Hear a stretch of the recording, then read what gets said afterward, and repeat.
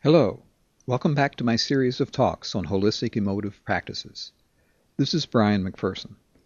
In this installment, I will reveal the scientific evidence that forms the basis of Holistic Emotive Practices, or what I call HEP.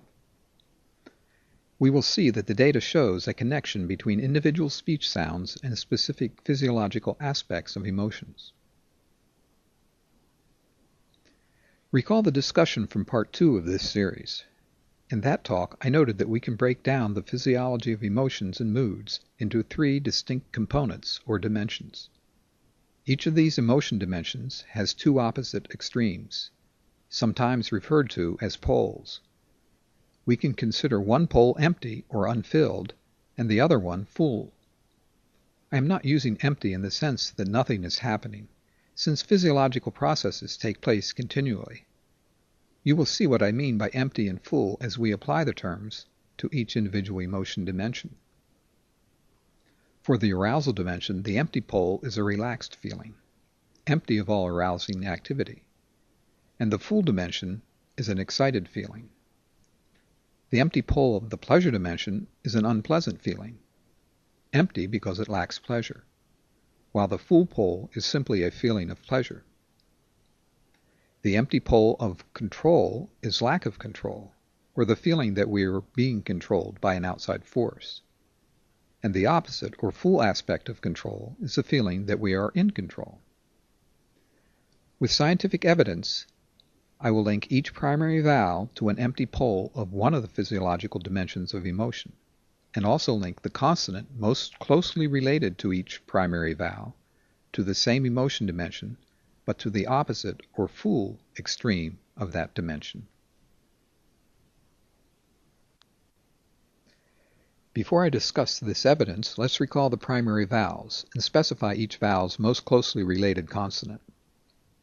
The primary vowel ah is most closely related to the sound.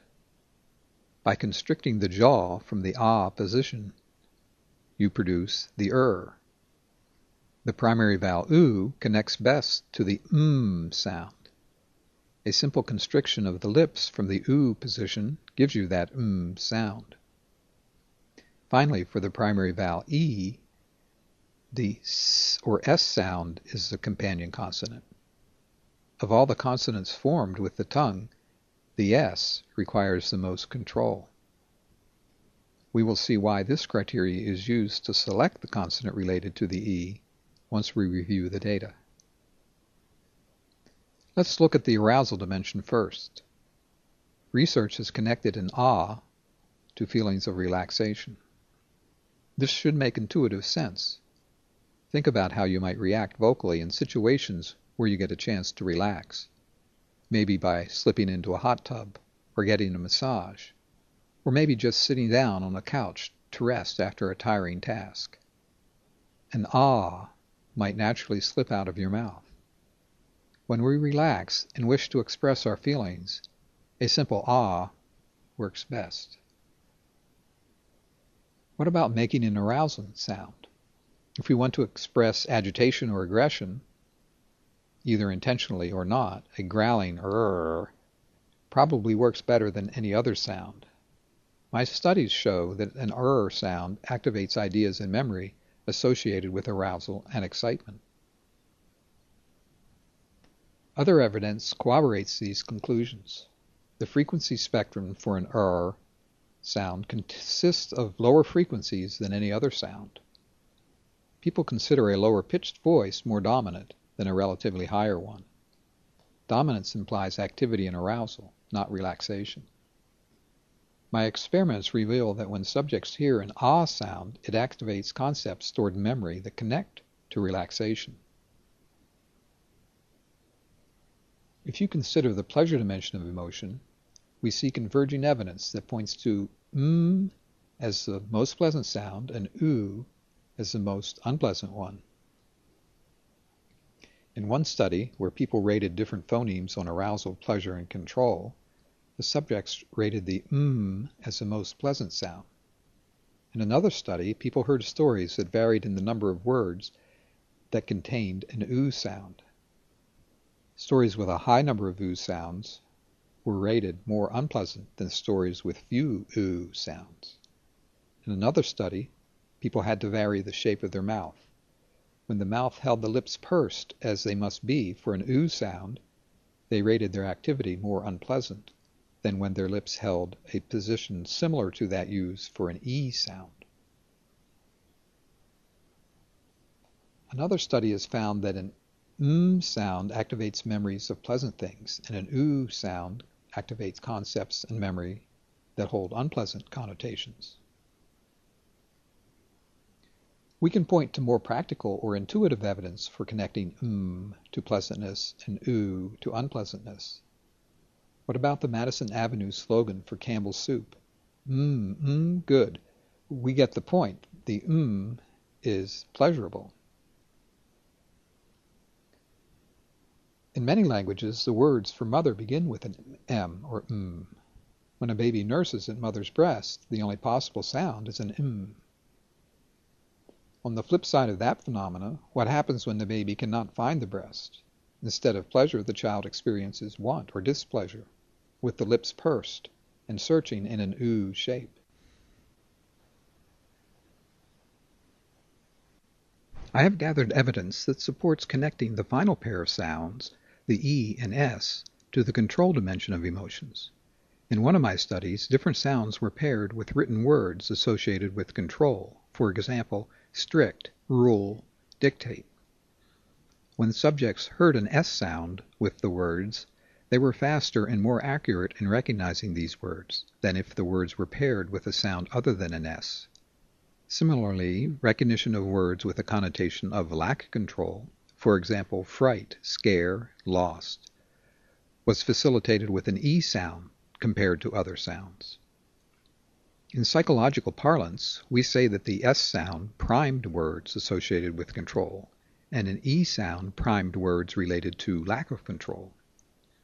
The classical interpretation of such phenomena is that the primes, in this case the individual phonemes, share neural connections in the brain to the concepts that they primed. When a subject heard a prime, activation spread from its representation in the brain to its related concepts, indicating in this experiment that on a basic biological level we connect an E sound to lack of control and an S sound to control. Some other converging evidence also supports the connection between S in control and E in lack of control. If you look at the frequency spectrum of all phonemes, you will find that the S has the highest frequencies. One could argue that it takes more control to generate the S sound than any other. Lisping, one of the most common speech impediments, involves the incorrect pronunciation of the S. This supports a claim that the S is connected to physiological control. Some anecdotal evidence supplies the final connection between the E and lack of control. Have you ever seen videos of people experiencing amusement park thrill rides? You know, the ones that turn you upside down while traveling 70 miles an hour? Invariably, in those clips, you hear a piercing E sound. Clearly, they are expressing their feelings about the lack of control they feel. Likewise, on several occasions, I have heard a similar cry when my wife loses control of her kitchen to a mouse. So that's the balance of the evidence that connects individual speech sounds to a particular pole of one of the dimensions of emotions. The most important piece of information to take away from this discussion and carry forth into learning more about HEP is that these connections can all be traced to the underlying physiology. The main players here are the three articulators of speech production, the tongue, lips, and jaw. Each of these physiological components modulate one specific dimension of emotion. The jaw, when loose and open, creates an ah. When closed, the sound becomes an Thus the jaw modifies the arousal dimension of emotions, moving from relaxed ah to the roused or excited The open lips produce an oo sound.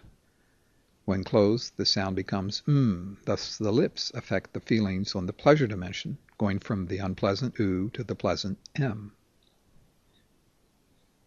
The tongue influences the control dimension of emotions, going from lack of control when it is idle, as with the E sound, to a feeling of being in control with the S sound. That is all for this time. In the next presentation, I carry the discussion forward to link all English phonemes and some non-English ones to specific feelings. Until then, thanks for listening.